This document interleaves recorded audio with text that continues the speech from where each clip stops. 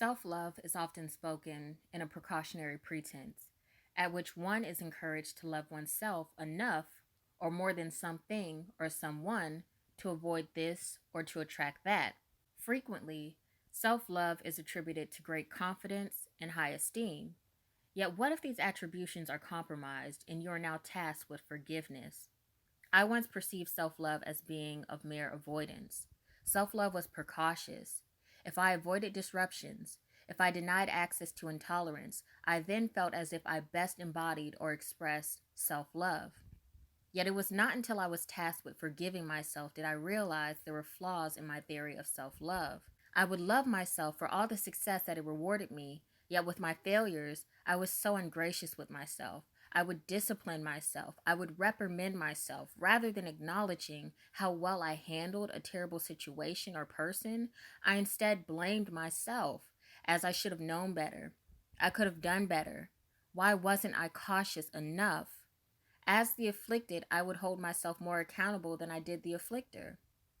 I would do such because I allowed misfortune to fortune me. Even though that situation or person hurt me, I would only acknowledge the fact that I allowed them to hurt me, rather than truly acknowledging that I was hurt.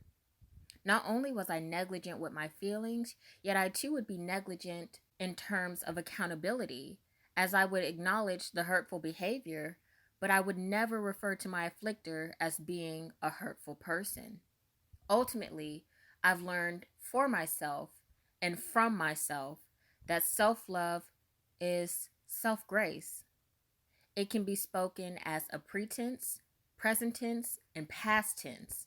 Self love is acknowledging, as it too is understanding. So be kind with yourself. Self love isn't mere perfection, yet rather reparation. And I say it isn't of mere perfection as it is of reparation because we're constantly redefining what it means to love ourselves as we are continually growing in this life.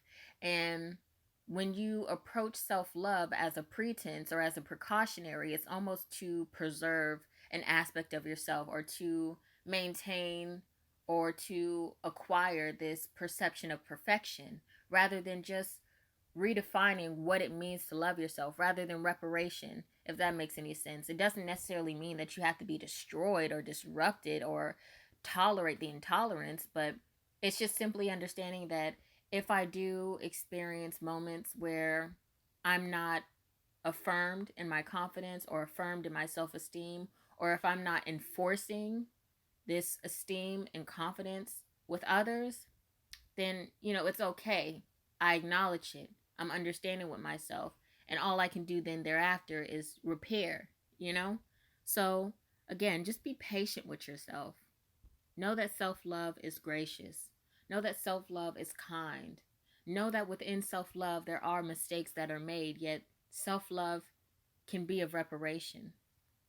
It doesn't have to be a perfection. Even if you fail, love yourself as you would when you succeed.